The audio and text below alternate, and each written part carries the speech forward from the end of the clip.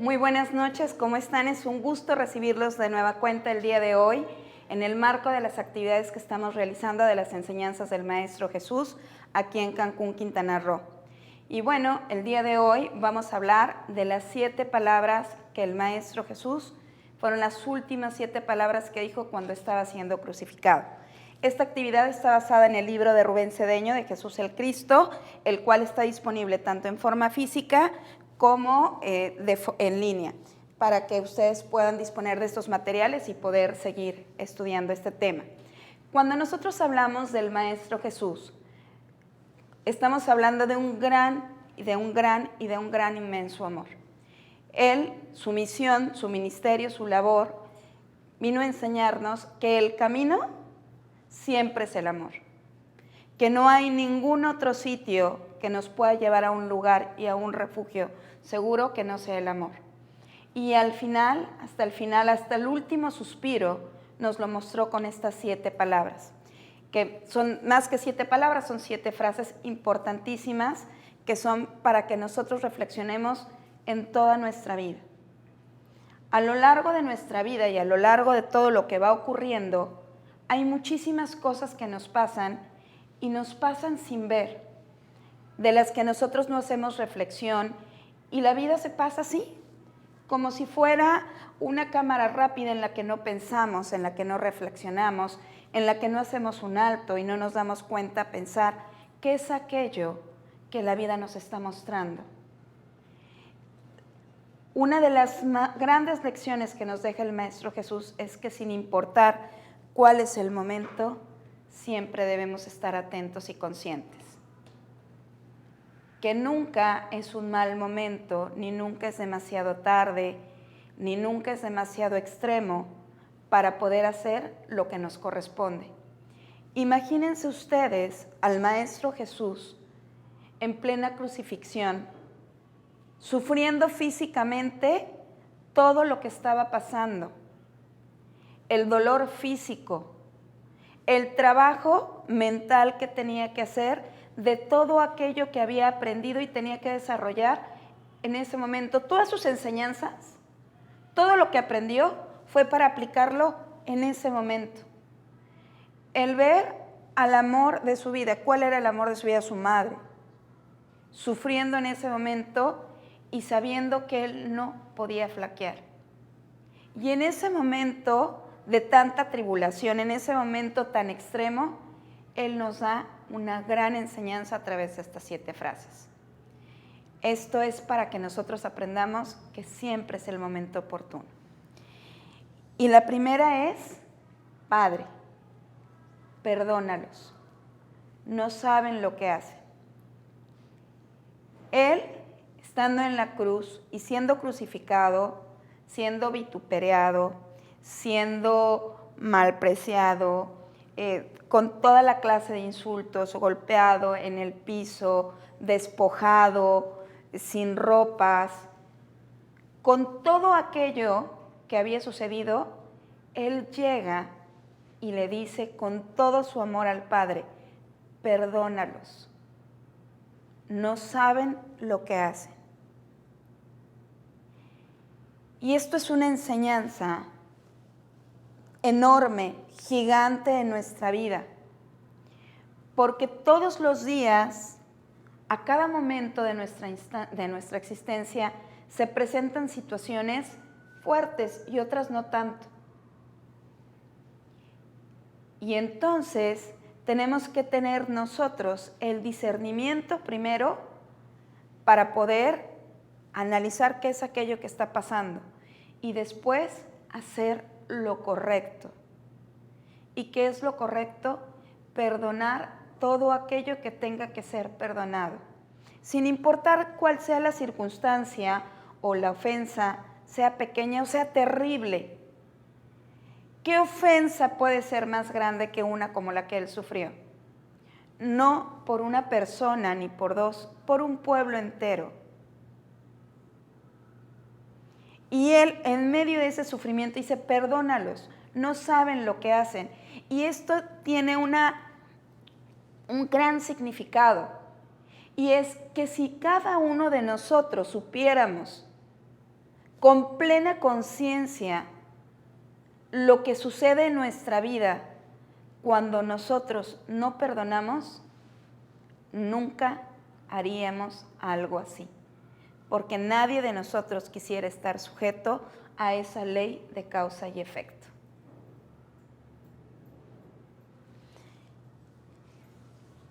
Cuando Cristo resucitó,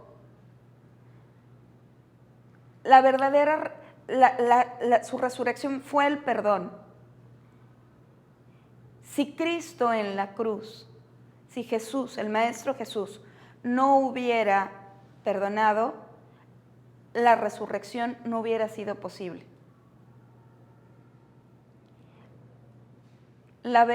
Nosotros resucitamos cuando perdonamos. En la vida, lo más grande y lo más preciado que podemos tener es la libertad. Y cuando hablamos de libertad, no hablamos de no estar tras las rejas, porque hay muchos presos que son más libres que muchos de los que estamos aquí. Hablamos de la libertad de poder sentir, de poder pensar y de poder actuar. La libertad de poder respirar con tranquilidad. La libertad de poder decir, estoy tranquilo porque hice lo que me correspondía. Y esa libertad no la podemos obtener si no hemos sido capaces de perdonar aquello que tengamos que perdonar. Y pasan por la vida cada vez más cosas y pasan muchas situaciones y vamos acumulando un saco de rencores y de cosas que simplemente nos hacen la vida cada vez más dura y más pesada. Es tan fácil como voltearnos a ver al espejo y voltear a ver la cara dura que tenemos. O voltearnos a ver, analizarnos cuando vemos a nuestro jefe, al que no soportamos, y nomás no le hacemos una grosería o una mala señal porque nos corre, pero no porque no quiera, porque yo siento que no le puedo perdonar, que me mande, que me diga, que me ordene. Y como eso hay mucho, eso es lo chiquito. Y no soy capaz de perdonar a mi papá que me dio un chanclazo. Y no soy capaz de perdonar la traición de alguien. Y entonces, ¿quiénes somos nosotros o de qué estamos hechos para poder ser jueces y determinar qué se perdona o qué no se perdona? Si el Maestro Jesús vino y a través del ministerio de amor que hizo, su acción más grande fue el perdón, a través del amor compasivo. La clave oculta de la libertad es el perdón. Sin perdón no hay libertad. Y yo no creo que a nadie de aquí nos guste estar presos. Nadie de aquí... Yo no conozco a nadie que haya llegado a una actividad de metafísica para vivir preso de sus pensamientos, de sus sentimientos, de sus palabras y de sus acciones, porque no ha hecho lo adecuado.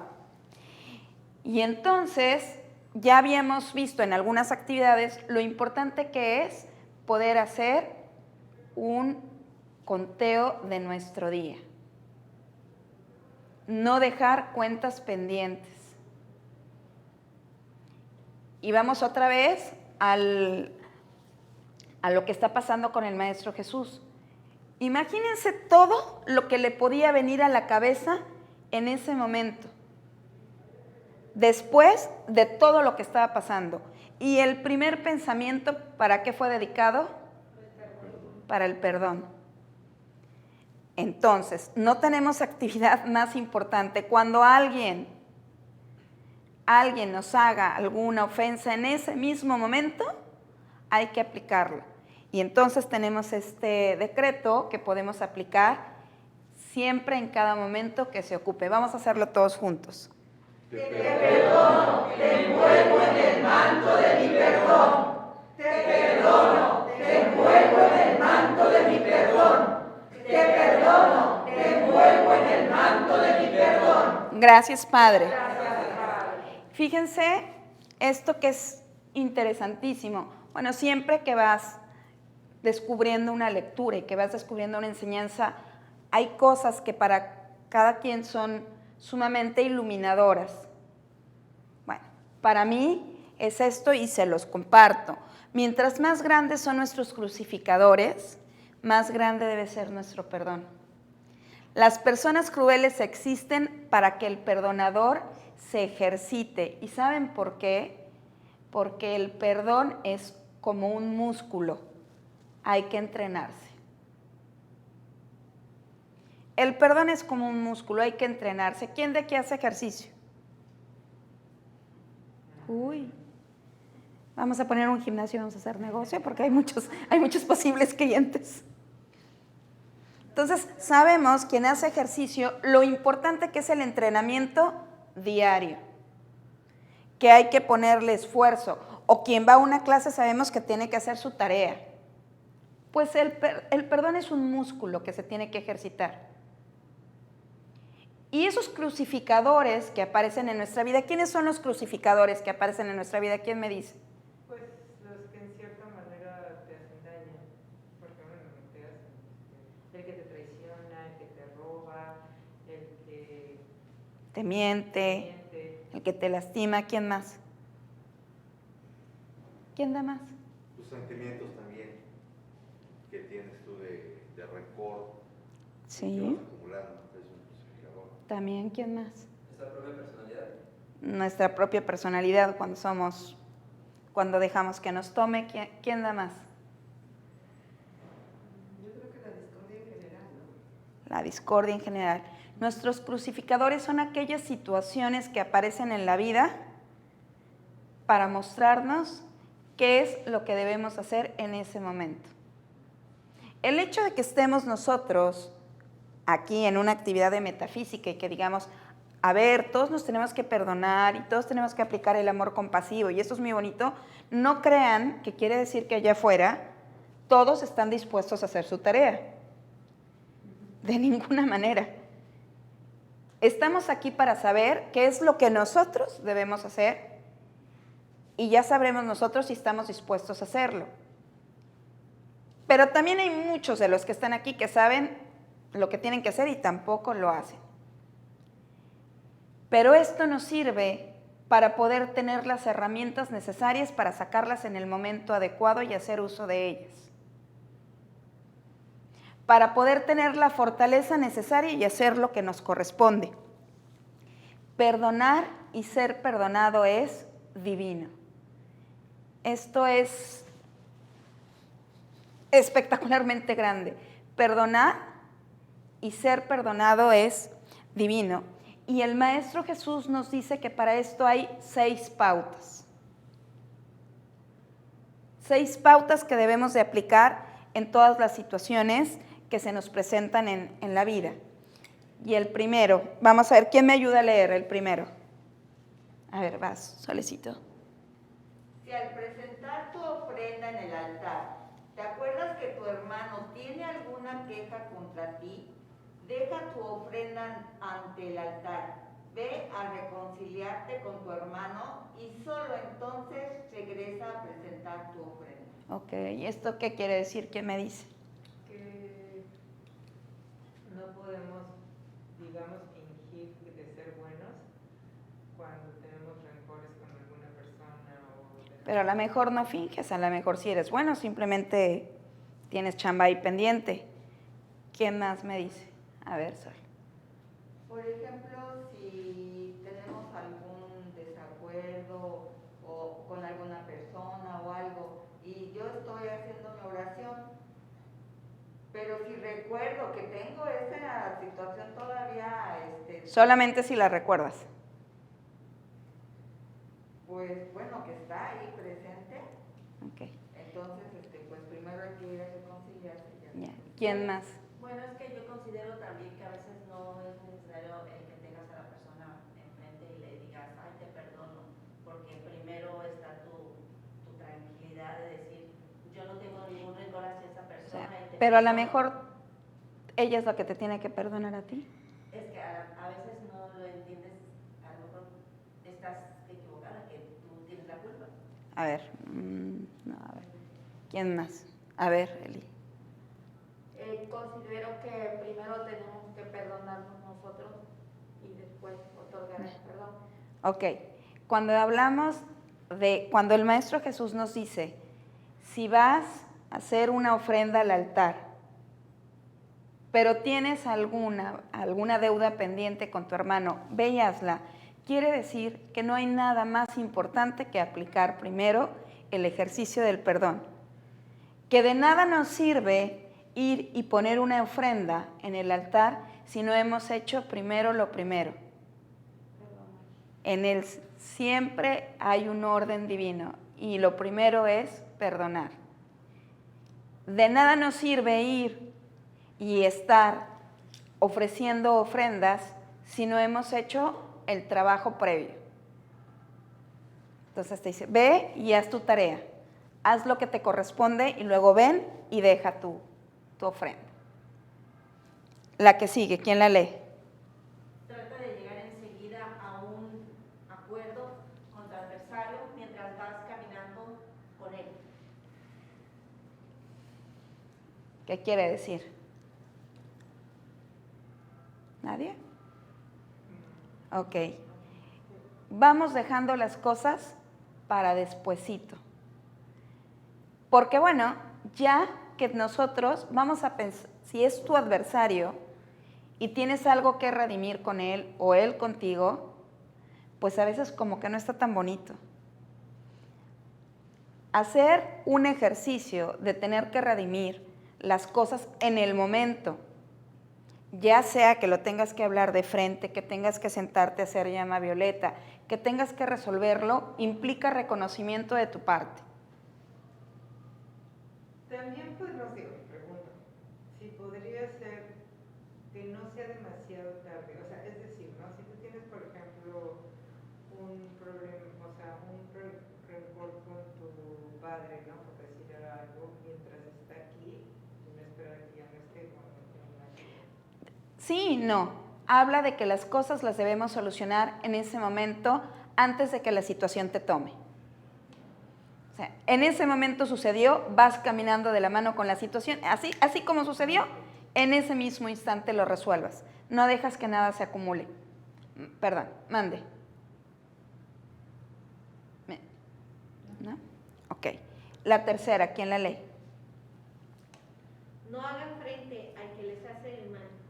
Al contrario, si alguien te da una bofetada en la mejilla derecha, preséntale también la otra.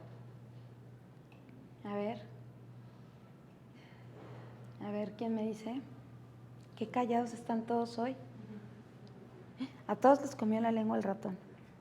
A ver, Eli. Sin venganza. Sí, ¿qué más? No confrontar. No confrontar. Una vez, cuando estamos muy enojados, cuando hay situaciones que nos toman, cuando hay una situación límite en ese momento, ¿qué es lo primero que regularmente nuestra personalidad hace? Reacciona. Explota. ¿Qué más? Gritas, ofende, a veces, agrede. En ese momento, lo que tenemos que hacer cuando hay una situación límite que está sucediendo es no confrontar. ¿Tú cómo puedes pensar correctamente si lo único que estás haciendo es gritando tan fuerte que no puedes pensar? No dejas que la razón y el discernimiento hagan su trabajo. Y entonces te fuiste, pero como hilo de media diciendo groserías, improperios, malas palabras, ofensas, de las que si eres consciente, te vas a arrepentir. Pero ya lo hiciste. Y ahora tendrás que aplicar el trabajo que corresponde a la ley del perdón y a la llama violeta.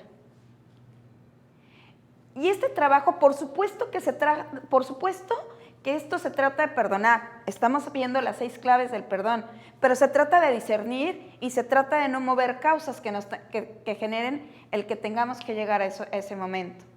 Poner la otra mejilla no significa ponernos de tapete para que nos pisen. Son cosas bien distintas.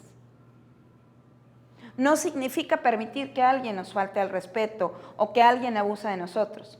Poner la otra mejilla es poder no confrontar con la situación y aplicar el discernimiento y aplicar la ley del perdón en ese mismo momento. ¿Quién lee la 4? Es preferible la misericordia que los sacrificios. ¿Quién me dice? Ok, les digo que hoy sí les comió la lengua el ratón. Se me hace que están pensando en qué momento son al playa corriendo. A ver, y entonces están las señoras, y lo digo no porque tenga que ver con alguna religión en particular, que se van a misa, todas vestidas de negro así, todas así rezando y todas... Pero eso sí, sale y está el Señor pidiendo una limosna y cómo lo voltean a ver. Ush. Está la señora vendiendo elotes y qué cochina. Está el muchacho que lava los vidrios y no solo le dicen no gracias, sino que le cierran el vidrio y le dan la espalda. Pero eso sí, dan unas grandes limosnas, se confiesan y nosotros igual, porque no, en todos lados es igual. Soy bueno, hago cosas buenas, pero sigo sin aplicar el trabajo del perdón. ¿Y qué creen? Todo eso es un hueco y no funciona si no hemos hecho primero lo primero.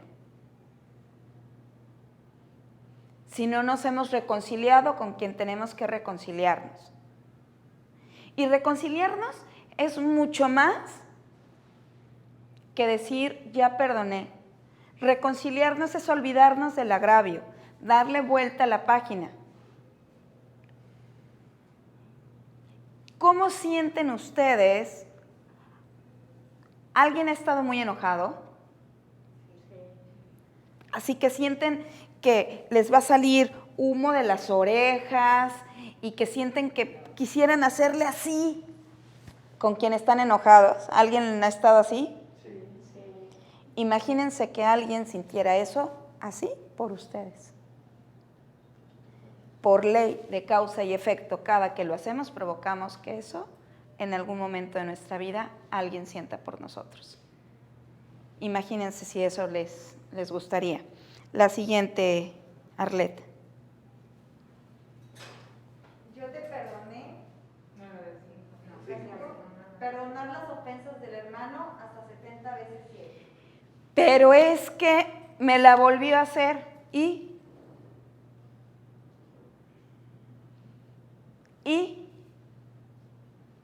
imagínense y vamos a ir viendo por los pasajes simplemente todo lo que sucedió desde el Vía Crucis hasta el momento de la crucifixión. Lo mal calificaron, siguió perdonando. Lo desnudaron, siguió. Le dieron de latigazos, siguió. Se burlaron y siguió perdonando. Lo apedrearon, siguió perdonando. Lo hicieron cargar la cruz, se cayó y siguió perdonando. Le pusieron una corona de espinas. Y siguió perdonando. No importa cuánto te hayan ofendido. Las veces que sea necesario, hay que aplicar el perdón. Y acuérdense siempre, el perdón es un músculo que hay que ejercitarse siempre. ¿Quién quiere leer la siguiente? Yo te perdoné. A ti. Toda aquella deuda porque me lo suplicaste. Asimismo debes tú también compadecerte de tu compañero, del mismo modo que yo me compadecí de ti. Aquella actitud que nosotros tomemos del perdón hacia los demás es la misma actitud que los demás van a tomar hacia nosotros el día que necesitemos ser perdonados. el mismo amor compasivo que nosotros apliquemos a una persona o a una situación por ley de causa y efecto, es lo que nosotros vamos a recibir el día que nosotros cometamos una falta o una equivocación. Tratemos a todos los demás y a todas las situaciones con el mismo amor compasivo con el que querramos que nos traten a nosotros. Sabiduría popular, hoy por ti. Mañana por mí, tal cual. Después, tengo sed. ¿A qué se refiere esto? ¿Qué quería decir el Maestro Jesús cuando estando en la cruz les dice a los soldados, tengo sed?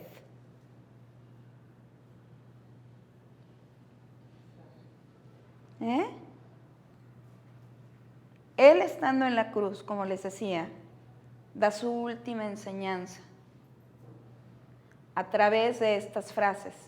Y cuando habla y dice tengo sed, a quien se está dirigiendo es al Padre. Tengo sed de ti, de tu enseñanza, de lo que tú me das. Hoy más que nunca necesito de lo que tú me das, de lo que de ti aprendo, de lo que de ti emana. Y los soldados en ese momento, ¿cómo le respondieron? Dándole que alguien sabe qué le dieron. Vinagre. Porque ellos, en su ignorancia, no sabían de lo que se estaba refiriendo el maestro. Y el maestro, pudiendo no tomarlo, lo bebió. Nosotros, ¿de qué tenemos sed? ¿Cuánta sed tenemos todo el tiempo y todos los días y cómo estamos dispuestos a saciarla? ¿Qué hacemos para saciar esa sed de lo importante? De esa enseñanza que es lo único que nos puede calmar esa sed, que es lo único que puede estar dentro de nosotros y hacer que todo sea distinto. De verdad les digo que todo lo que hicieron con algunos de los más pequeños de estos mis hermanos, me lo hicieron a mí. Y seguía, esto no es una frase que dice ahí, pero es una frase del Maestro Jesús. Dice, cualquier cosa que le hagas a tu hermano es como si me la estuvieras haciendo a mí. Cualquier cosa que nosotros actuemos en contra de los demás es en contra de nosotros mismos. Nosotros debemos saber siempre que aquí no existe ni un cielo, ni un infierno, ni un castigo, pero sí hay una ley de causa y efecto. Y esta se cumple, estemos o no conscientes de ellas. Las leyes se cumplen, las conozcamos o no las conozcamos. Y están ahí presentes para hacerse cumplir siempre. Siempre, de la manera en que menos nos podemos imaginar. A veces no entendemos por qué nos duele esto, por qué nos duele aquello, por qué estamos enfermos, por qué no tenemos lo necesario, por qué las cosas nos están costando trabajo, y esto es porque no somos capaces de reflexionar en lo que realmente estamos nosotros pensando, sintiendo y haciendo. Y luego le dice al ladrón que estaba junto a él, hoy estarás conmigo en el paraíso. Y vuelve a una gran lección. Ya vimos todo lo que había pasado, el sufrimiento por el que estaba pasando. A sus pies tenía a su mamá, tenía a San Juan. Estaba viendo cómo sufrían todos, le seguían gritando. Estaba viendo cómo sufrían ellos, le seguían gritando. Y voltea y el ladrón le dice, si eres Dios, sálvame. Y él le contesta, hoy estarás conmigo en el paraíso.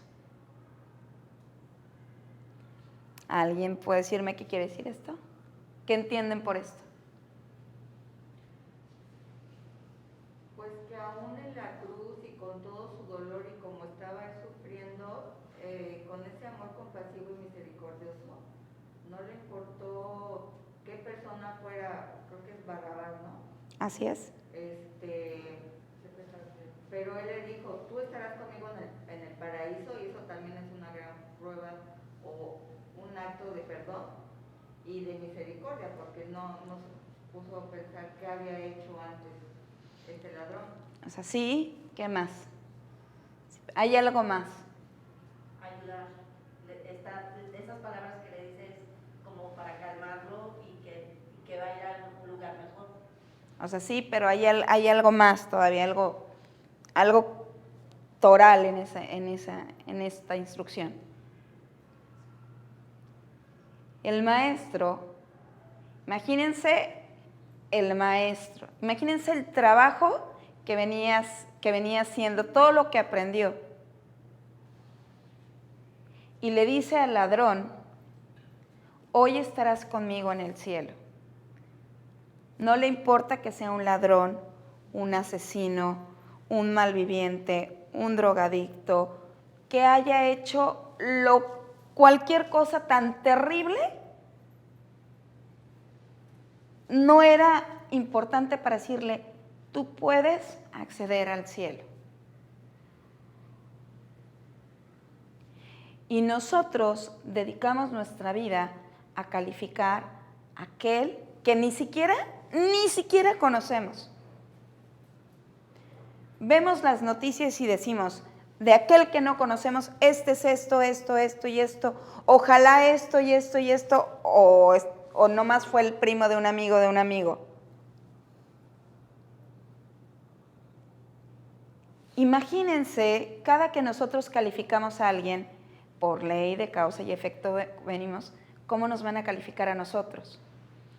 Eso nos va a enseñar a cada uno de nosotros que lejos de alejarnos de aquel que nosotros pensemos que nos debemos alejar porque es un malhechor, debemos ser misericordiosos y enseñarle que el camino del cielo está para él. Y que no importa en la vida, no importa, esto debemos acordarnos siempre, no importa qué tan terrible hayamos hecho, qué cosa tan horrorosa hayamos hecho. Si nosotros, con una verdadera condición de discernimiento, estamos dispuestos a cambiar esta situación, aplicamos suficiente llama violeta, aplicamos suficiente ley del perdón, eso puede cambiar y modificarse para siempre. Y lo podemos trascender. Luego le dice, madre, he allí a tu hijo. No bebemos agua en la actividad. No tomamos. Sí. Ya. Madre, he allí a tu hijo. Él, lo más preciado que tenía en ese momento era a su madre. Nuestra madre, la de todos, es lo más preciado que tenemos. Y en ese momento él se despoja de su madre y le dice a San Juan, hijo, ahí está tu madre. Entregando a la Madre María como madre de todos. La Madre María subió a la crucifixión, al Calvario, siendo la madre de Jesús y bajó siendo la madre de todos. Él, hasta el final, en su inmenso amor, nos entregó lo que más quería.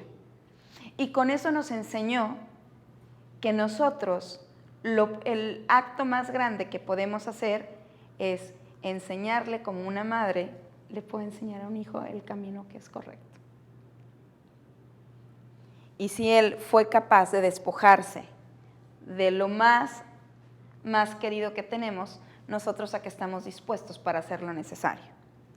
María subió al Calvario siendo la madre de Jesús y bajó siendo la madre de toda la humanidad, porque al entregarle a Juan como hijo, Jesús puso en manos de María a toda la humanidad. Dios mío, ¿por qué me has abandonado? ¿Esto qué quiere decir? ¿Alguien alguna vez se ha sentido desolado, desesperado, triste, que ya no encuentra la salida, que ya buscó por todos lados, que siente que no hay nada más que hacer? En este momento, pues, finalmente Jesús estaba encarnado. Se hizo hombre, estaba encarnado y estaba sufriendo. Y voltea a ver al Padre y le dice, Dios mío, ¿por qué me has abandonado?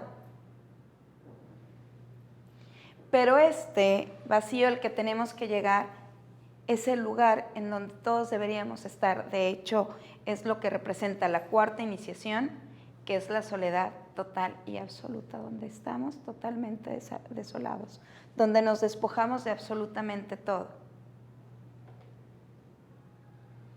Porque solamente al llegar a ese lugar podemos nosotros dar el siguiente paso.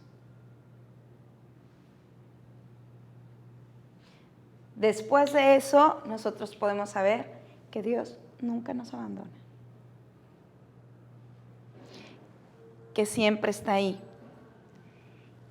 Y luego le dice, Padre, en tus manos encomiendo mi espíritu. ¿Eso qué quiere decir? Se entrega a los brazos del Padre, o sea, la voluntad de Dios.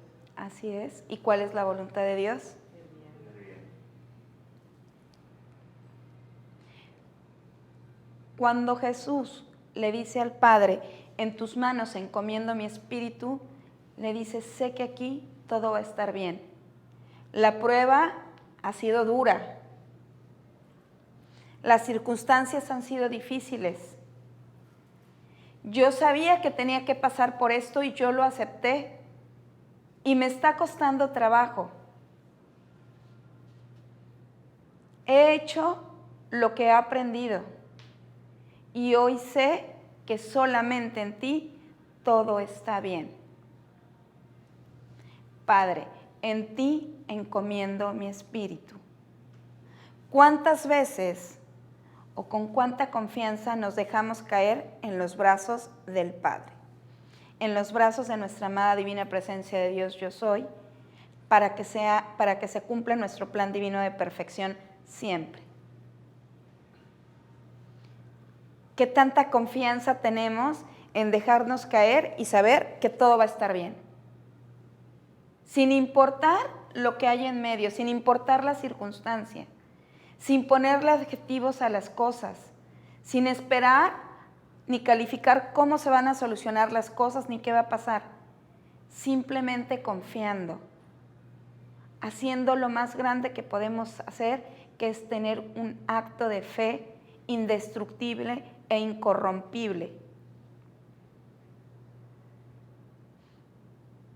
¿Cuántas veces lo hemos hecho o cuánto estamos dispuestos a hacerlo? La perfecta liberación es entregárselo todo al Padre, porque como Dios solo tiene el bien, hacer esto es negar la personalidad, que está llena de sufrimientos, quejas, abandonos, insultos, ultrajes y desesperación.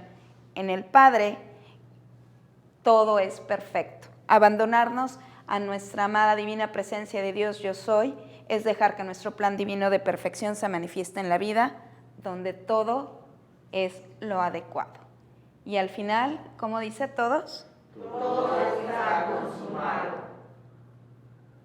¿Qué quiere decir esto? Todo está con el Padre, resuelto. ¿Sí? ¿Qué más? Todo está como debió de haber sido, ¿no? Todo lo que tenía que haber sucedido, ya sucedió. Padre, yo hice el trabajo adecuado. Ya hice lo que me fue encomendado. Tarea cumplida. ¿Quién de aquí podemos decir tarea cumplida?